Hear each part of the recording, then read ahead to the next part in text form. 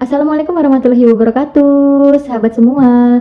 Di video kali ini, Ute mau berbagi pengalaman keikutsertaan Ute kemarin sebagai jamaah umroh new normal kloter perdana dari Indonesia. Tonton terus videonya sampai habis karena sepertinya akan banyak informasi khusus nih untuk calon jamaah umroh Indonesia yang niat berangkat di masa new normal ini.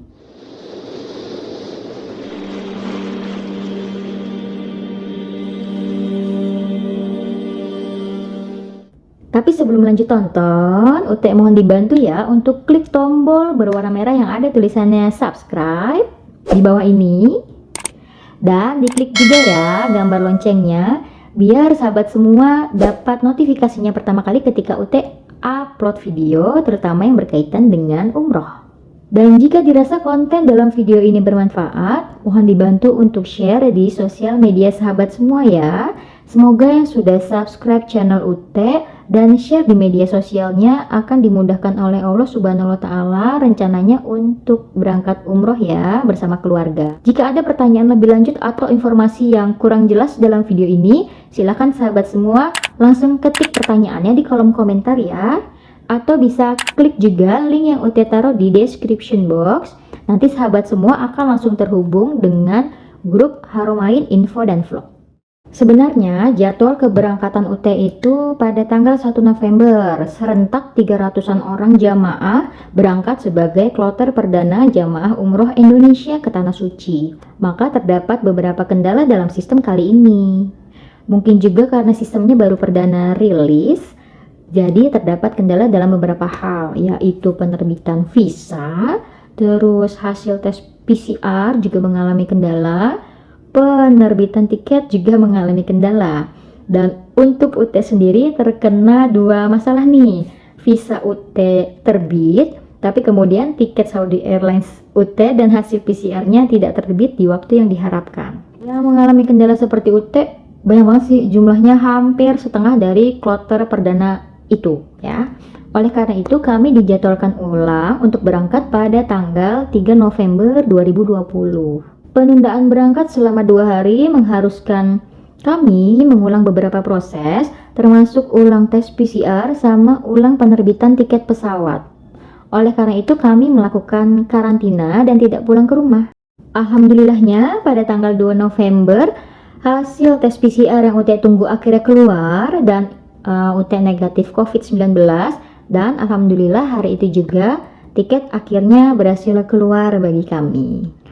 Terdapat kebutuhan hasil tes PCR, terdapat kebutuhan tiket, terdapat kebutuhan ini. Memangnya sebenarnya dokumen apa saja sih yang dibutuhkan sebagai persyaratan berangkat umroh new normal? Ute buatkan video terpisah mengenai dokumen persyaratan bagi jamaah umroh new normal yang bisa sahabat semua tonton di video berikut ini. Silahkan klik linknya ada di pojok kiri atas ya. Seperti ini kondisi keberangkatan pada tanggal 3 November. Serupa ya dengan keberangkatan tanggal 1 November, masih terlihat padatnya jamaah yang akan berangkat. Karena memang yang mendapatkan kendala hampir setengahnya. Sahabatku wajib banget jaga protokol kesehatan sejak dari bandara di Indonesia ya. Kenapa? Karena di Arab Saudi nanti jamaah umroh akan menjalani beberapa kali tes PCR lagi. Sayang banget kalau ternyata kita dapatkan hasil tes PCR-nya justru positif COVID-19 di Arab Saudi. Di Bandara Soekarno-Hatta, jika hari itu terdapat jamaah umroh yang berangkat, maka terdapat juga petugas yang akan memeriksa ini.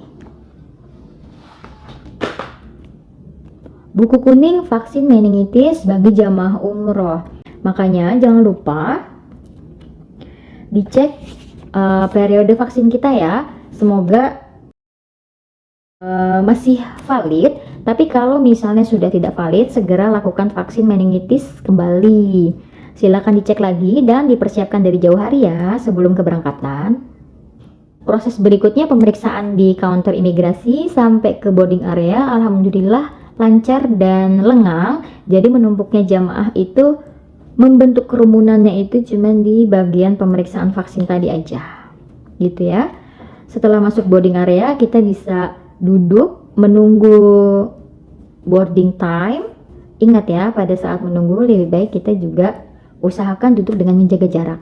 Pada saat menunggu di boarding area, yang harus diperhatikan adalah semua bandara di seluruh dunia saat ini tidak lagi membuka fasilitas air minum gratis yang melalui keran itu loh ya, yang suka dimanfaatkan oleh traveler atau backpacker, karena keran minum tersebut merupakan salah satu sarana penularan COVID-19 untuk saat ini. Jadi banyak yang digrendel. Oleh karena itu, sahabat semua, kalau misalnya cepat haus, silakan siapkan air minum sendiri ya, dalam botol kecil, dan kalau bisa usahakan jumlah cairannya kurang dari 100 ml agar tidak dibuang oleh petugas imigrasi.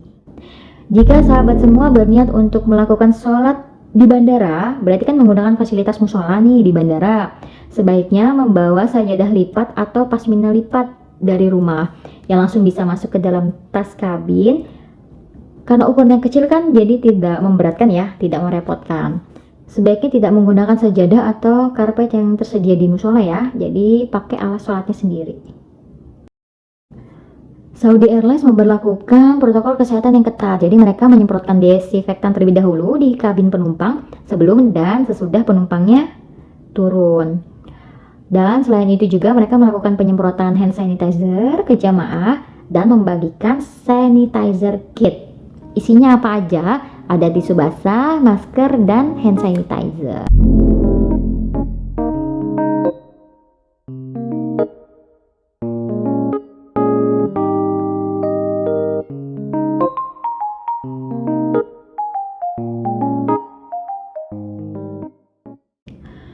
Pada saat keberangkatan, jarak duduk di Saudi Airlines masih dalam jarak aman ya. Jadi ada kursi kosong di antara dua penumpang. Untuk set menu makanan di Saudi Airlines seperti ini. Jadi jamaah umroh tetap mendapatkan 2 kali jadwal makan, namun set menunya berbeda. Set menu pertama nasi seperti biasa, dan set menu kedua mereka memberikan roti isi.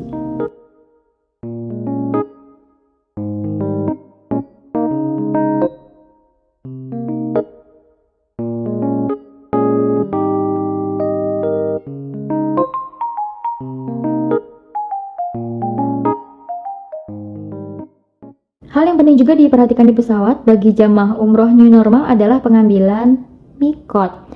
Jamaah umroh bisa mengambil mikot pada saat keberadaan pesawat Saudi Airlines di titik Yalamlam. Titik Yalamlam ini kurang lebih 30 menit sebelum pendaratan di Bandara Jeddah.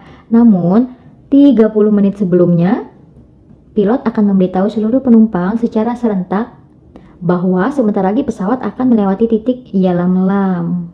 Kemudian pada saat pesawat sudah berada di titik Yalamlam, ada pemberitahuan lagi. Jadi pemberitahuannya 2 kali ya. Insya Allah sih karena sudah diberitahu 2 kali seperti itu, kita nggak akan terlewat waktu pengambilan mikot. Grup jamaah kemarin terbagi beberapa pendapat sih. Sebagian jamaah ada yang mengambil mikot di titik Yalamlam tersebut termasuk UT. Namun ada juga yang memiliki pendapat pengambilan mikot dilakukan di kota Tanim. Dan memang dari panitia Arab Saudinya menyediakan kesempatan bagi jamaah umroh Indonesia untuk mengambil mikotnya di kota Tanim. Pengambilan mikot dikembalikan ke pendapat masing-masing ya sahabat semua, atau nanti bisa juga mengikuti kesepakatan grup akan mengambil mikot di mana, apakah di Yalamlam atau di kota Tanim. Tapi yang jelas keduanya mungkin dilakukan pada saat umroh new normal. Terakhir yang perlu diperhatikan sahabat semua saat berada di pesawat adalah mengisi semua formulir yang dibagikan oleh pramugari. Jadi terdapat surat pernyataan kesehatan yang akan diperiksa pada saat kedatangan sahabat semua di Bandara Jeddah. Saat tiba di Bandara Jeddah, apa aja sih yang diperiksa? Yang pertama, mereka punya stand pemeriksaan dokumen kesehatan. Jadi yang akan diperiksa adalah formulir pernyataan kesehatan tadi dan juga hasil tes PCR kita. Untuk kemudian kita akan lanjut ke tahap pemeriksaan dokumen imigrasi, lanjut lagi pengambilan koper, dan bergerak menuju bis. Jamaah umroh kemarin perdana tiba di Bandara Jeddah terminal yang terbaru ya, dan sana itu luar biasa sekali. Pemerintah Arab Saudi menyediakan petugas yang siap memantau pergerakan kami kapanpun dan memastikan pergerakan jamaah pada saat itu lancar tepat waktu menuju ke bis. Selain itu, tugas utama mereka adalah juga untuk memastikan jamaah umroh Indonesia mematuhi protokol kesehatan seperti menjaga jarak aman, tidak berkerumun, dan selalu menggunakan masker.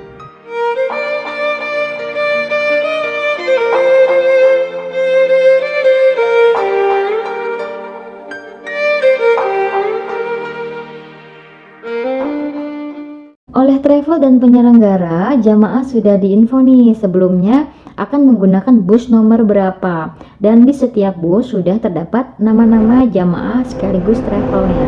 Proses jamaah menaiki bus yang telah diatur nomor dan posisi duduknya.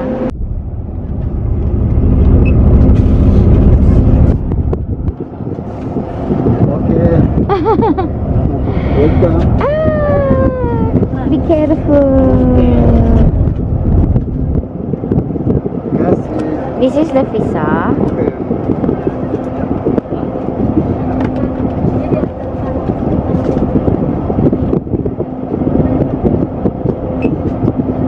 Thank you. Okay, you're welcome.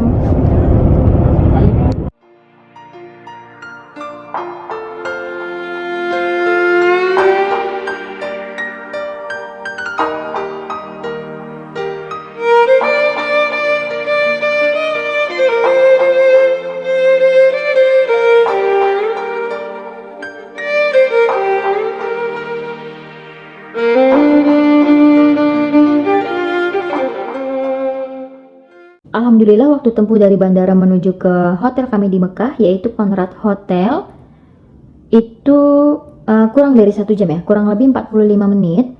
Dan situasi lalu lintasnya untuk di Jeddah mungkin mirip-mirip di Jakarta, tapi tidak ada kemacetan yang tidak perlu sih ya, jadi masih lancar-lancar saja. Lalu pada saat kita masuk kota Mekah itu situasinya sangat lengang, beda banget dengan kota Jeddah. Tiba di hotel, koper-koper kita itu akan disemprot desinfektan dulu untuk kemudian diantar ke lantai 1. UT membuat video khusus review Hotel Conrad Bintang 5 yang digunakan jamaah umroh new normal kemarin. Kalau tertarik untuk melihat videonya, silahkan klik link yang ada di pojok kiri atas ya. Sebelum melakukan ibadah umroh, kami menjalani karantina dulu selama 3 hari. Hanya boleh aktivitas di kamar, tidak boleh keluar kamar sama sekali, dan bagi jamaah yang melanggar akan dikenakan denda 500.000 rial ya saudara-saudara, dan itu denda yang cukup besar sekali kalau bagi UT. Makanya sebaiknya ya udah kita nurut aja, patuh aja protokol kesehatan yang telah ditetapkan oleh pemerintah Arab Saudi. Ngapain aja aktivitasnya selama karantina 3 hari? Jelas memperbanyak ibadah. Salah satunya adalah sholat wajib dan sholat sunnah. Jangan berkecil hati karena selama karantina kita sedang melakukan semua ibadahnya di tanah haram. Dan pendapat terkuat dari para ulama Saudi adalah bahwa nilai sholat yang kita lakukan selama sepanjang kita lakukan di tanah haram adalah sama dengan sholat yang kita kerjakan di Masjidil Haram. Jadi nilainya insya Allah setara dengan 100.000 kali dari sholat biasa. Apakah bisa sholat wajibnya dilakukan ikut berjamaah dengan sholat berjamaah yang dilakukan di Masjidil Haram? Kami melakukan konsultasi ke Ustadz via aplikasi Halo Ustadz, dan insya Allah sholat tetap bisa dilakukan berjamaah ketika terdapat speaker yang terhubung dengan speaker imam di Masjidil Haram. Sholat sunnah rawatibnya kami kerjakan, sholat sunnah duhanya kami juga kerjakan, sholat sunnah malam kami kerjakan, sholat sunnah setelah azan kami kerjakan, sholat sunnah setelah wudhu mungkin bagi yang mau melakukan itu juga bisa dilakukan pada saat karantina selama 3 hari. Selain sholat, jamaah juga bisa memperbanyak zikir, memperbanyak doa yang ingin dipanjatkan, karena mumpung lagi ada di tanah haram ya. Sedekah juga tetap bisa kita lakukan dari kamar hotel, mau itu kita salurkan di Indonesia ataupun kita beri sedikit rezeki ke petugas cleaning service ya, yang banyak ternyata orang Indonesia yang bekerja sebagai pegawai hotel. Prinsip kami saat itu adalah perbanyak ibadah, maksimalkan ibadah, karena kami tidak tahu hari-hari kedepannya itu hal apa yang akan kita hadapi gitu. Dan harapannya dengan memperbanyak ibadah, Allah akan memudahkan langkah kami, terutama pada saat pelaksanaan umroh. Di masa pandemi yang mungkin bagi sebagian besar orang sedang sulit ya untuk dilalui, tidak semua orang Allah undang ke tanah suci saat ini. Jadi setelah ditunda dan pada akhirnya berhasil juga ke tanah suci, itu benar-benar momen dimana memperlihatkan ke Utek pribadi bahwa memaksimalkan ibadah, memperbanyak ibadah itu penting banget untuk menguatkan hati. Malam sebelum umroh, kami diminta kembali untuk melakukan tes PCR. Dan alhamdulillah, Utek memiliki hasil tes yang masih negatif COVID-19 ya. Jadi, berlanjut setelah karantina, kami melakukan ibadah umroh. Seperti yang Utek sudah jelaskan sebelumnya, kalau manajemen dari Arab Saudi memberikan kesempatan bagi kami, jamaah Indonesia, untuk melakukan mikot di Tanim, dan lokasi mikotnya yang sudah mereka persiapkan dengan protokol kesehatan yang ketat itu adalah Masjid Tanim atau dikenal juga sebagai Masjid Aisyah. Masjid ini suasananya berbeda ya dari tahun-tahun sebelumnya, di mana pengawasannya lebih ketat. Untuk area sholat ahwat, kita tidak bisa bebas ambil foto, ambil video gitu kan. Hal yang penting dilakukan di sini adalah tuntaskan kebutuhan sahabat semua untuk ke toilet gitu, karena kedepannya kita akan melakukan aktivitas umroh dengan waktu yang terbatas dan tidak bisa memiliki kesempatan yang bebas gitu untuk bolak-balik toilet masjid. Lokasi masjid itu benar-benar di perbatasan antara kota Tanim dengan kota Mekah ya, dan alhamdulillahnya karena lalu lintasnya sangat lengang, jadi jarak tempuhnya kurang lebih 10-15 menit aja. Setelah semua jamaah umroh berihram, kami lanjut bertolak kembali ke Masjidil Haram. Innal hamda wan ni'mata laka wal mulk la syarika lak. Di Masjidil Haram terdapat perbedaan jalur bagi jamaah umroh dan bagi jamaah sholat.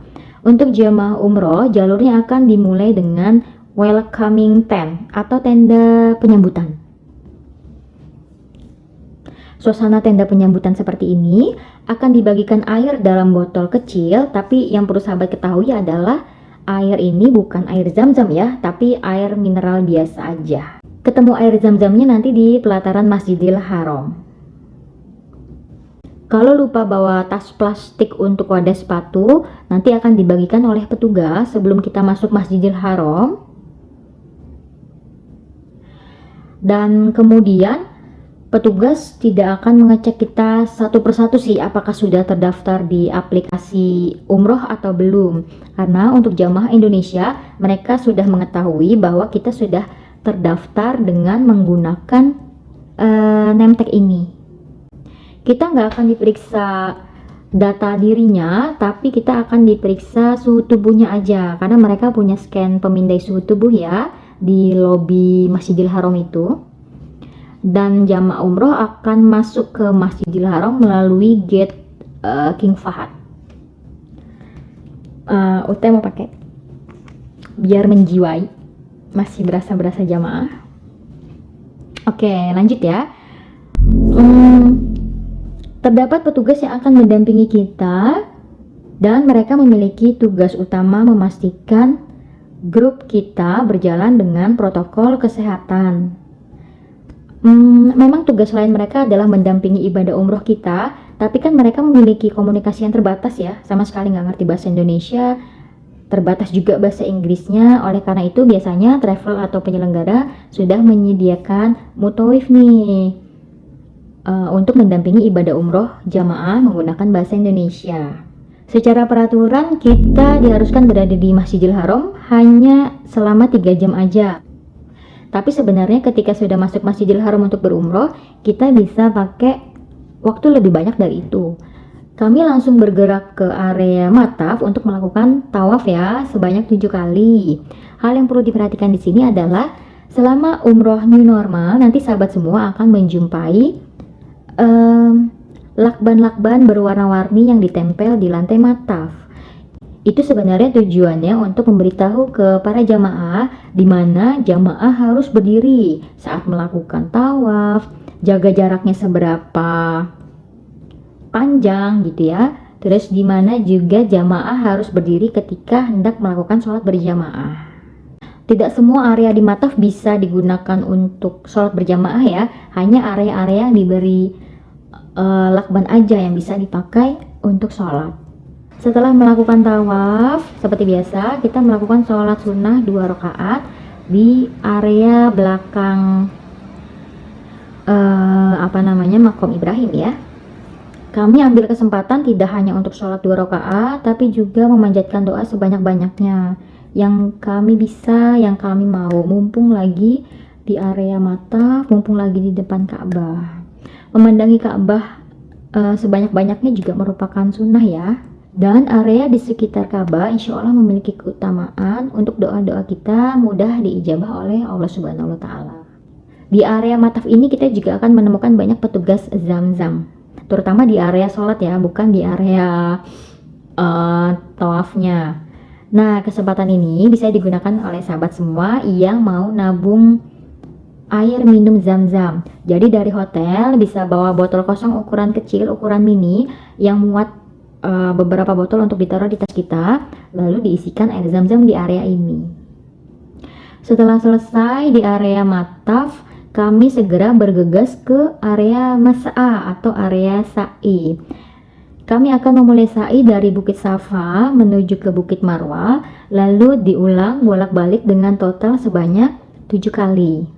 Bagi jamaah ikhwan diutamakan untuk melakukan lari-lari kecil atau berlari di area yang nanti akan ditemukan lampu neon berwarna hijau di atasnya. Alasannya apa? Karena area lampu hijau tersebut merupakan Batnul Wadi atau area yang pada saat Bunda Siti Hajar melakukan pencarian air bolak-balik dari Bukit Safa ke Bukit Marwah, area sepanjang lampu hijau tersebut merupakan area tercuram yang dilalui oleh Bunda Siti Hajar. Dan Bunda Siti Hajar saat melewatinya sangat kesusahan dan kepayahan sekali. Oleh karena itu disunahkan bagi jamaah laki-laki untuk berlari-lari kecil di sepanjang area tersebut. Sahabat semua juga bisa menggunakan waktu selama di area Mas'a ini untuk banyak berdoa, terutama saat kita tiba di Bukit Safa sambil memandangi Ka'bah, karena Bukit Safa merupakan salah satu tempat di muka bumi yang juga doa kita sangat mudah untuk diijabah oleh Allah Subhanahu wa Ta'ala. Proses umroh diatur oleh manajemen Haramain itu bergeraknya satu arah, jadi kita tidak bisa kembali ke area sebelumnya ketika sudah berada di suatu tempat atau suatu tahapan. Jadi ketika sudah ada di area Mas'a, kita nggak bisa lagi tuh benar-benar dijaga ketat oleh petugasnya agar kita tidak kembali lagi ke area Mataf. Selesai melakukan sa'i, biasanya jamaah akan melakukan tahallul di Bukit Marwah. Tapi karena masa pandemi, umroh new normal seperti ini, dari manajemen Haramain nggak boleh sama sekali terdapat aktivitas potong rambut di dalam Masjidil Haram. Oleh karena itu, tahallul dilakukan masing-masing di dalam kamar. Selesai umroh, kami kembali melakukan karantina di kamar hotel untuk menunggu waktu tes PCR berikutnya, karena untuk masuk kembali beribadah ke Masjidil Haram ataupun kunjungan untuk masuk ke Masjid Nabawi diperlukan hasil tes PCR kembali. Pada saat itu kondisinya terdapat beberapa teman yang memiliki hasil tes PCR positif COVID-19. Oleh karena itu, pemerintah Arab Saudi memutuskan Untuk kami, grup saat itu, semua jamaah sebanyak 300-an orang itu tidak diperkenankan masuk ke Masjid Nabawi. Mohon doanya ya bagi UT untuk bisa mendapatkan kesempatan berangkat umroh lagi ke Tanah Suci lagi, lengkap beribadah di Masjidil Haram juga Masjid Nabawi. Insya Allah kami yakin akan ada waktu yang lebih tepat, akan ada waktu yang lebih sempurna bagi kami untuk kembali lagi. Hari-hari berikutnya kami menjalani karantina kembali di Hotel Conrad, dan kemudian sebagai persiapan kami untuk beribadah sholat di Masjidil Haram, kami melakukan tes PCR kembali. Tes PCR ini juga hasilnya akan digunakan sebagai dokumen kelengkapan kami kembali ke tanah air. Untuk kembali ke tanah air sebenarnya ada pilihan lain, yaitu jamaah bisa melakukan tes PCR-nya di Indonesia. Tes PCR-nya kalau di Indonesia itu jamaah wajib menjalani karantina di hotel yang menjadi rekanan Bandara Soekarno-Hatta sambil menunggu hasil tes PCR keluar. Tes PCR juga pada saat itu sih masih terbatas ya, dilakukan oleh lab yang menjadi rekanan bagi Bandara Soekarno-Hatta aja. Jadi nggak bisa dilakukan di tempat lain, dan juga kita nggak bisa menginap di lokasi lain, harus di hotel yang menjadi rekanan. Untuk range biaya pada saat itu menginap sekitar 300 sampai 400 ribu rupiah, dan untuk tes PCR-nya pada saat itu masih berkisar di 900 ribu rupiah. Karena mau mengambil kesempatan untuk sholat kembali di Masjidil Haram selepas karantina 3 hari, UT memutuskan untuk ambil tes PCR di Arab Saudi aja gitu, sekalian hasil tes itu nanti dibawa pulang. Alhamdulillah hasilnya kembali negatif. Jadi hari terakhir UT di Tanah Haram mendapat kesempatan sekali lagi untuk sholat di Masjidil Haram. Sholat di Masjidil Haram memiliki jalur yang berbeda ya, seperti yang UT sudah sampaikan sebelumnya. Jalurnya dan suasananya seperti ini. Ini jalur khusus untuk jamaah umroh. Ini yang kita lalui memang jalur khusus jamaah sholat ya. Area sholat di Masjidil Haram itu hanya ada di lantai 2, belum dilebarkan areanya jadi di lantai 3 atau sampai lantai 4 gitu. Baru hanya di lantai 2 aja. Dan di sini tidak terdapat petugas yang menyediakan air zam-zam. Jadi kesempatan sahabat semua untuk bertemu dengan air zam-zam hanya pada saat umroh kemarin aja di area umroh. Kami banyak menggunakan waktu tentu saja untuk sholat, wajib ya berjamaah. Utamakan sholat dulu, utamakan doa dulu sebanyak-banyaknya yang belum dipanjatkan. Baru setelah itu sahabat semua bisa lakukan foto atau video ya untuk dokumentasi, mungkin kalau misalnya dirasa perlu. Karena kemarin masih banyak juga jamaah yang mengutamakan dokumentasi dibandingkan dengan doa atau sholat sunnah yang mungkin bisa dikerjakan pada saat itu. Kepulangan ke tanah air yang perlu diperhatikan adalah protokol kesehatannya, karena jamaah umroh itu sifatnya mudah sekali berkerumun satu sama lain. Untuk menjaga kemungkinan kita terpapar COVID-19 di bandara, alangkah baiknya sahabat semua tetap menjaga jarak aman ya, dan juga jarak interaksinya. Kenapa? Karena pada saat kita menunggu di boarding area atau nanti pada saat kita masuk ke kabin pesawat, isinya tidak hanya jamaah umroh saja, melainkan ada pekerja yang akan kembali ke tanah air, dan kita tidak tahu apakah pekerja itu sudah melakukan tes PCR atau belum gitu. Jadi tingkatkan kewaspadaan dengan tetap menjaga jarak aman. Semoga informasi kali ini memudahkan sahabat semua dalam persiapannya berangkat umroh di masa new normal ya. Jazakumullah khair, syukron bagi yang sudah subscribe dan share video ini.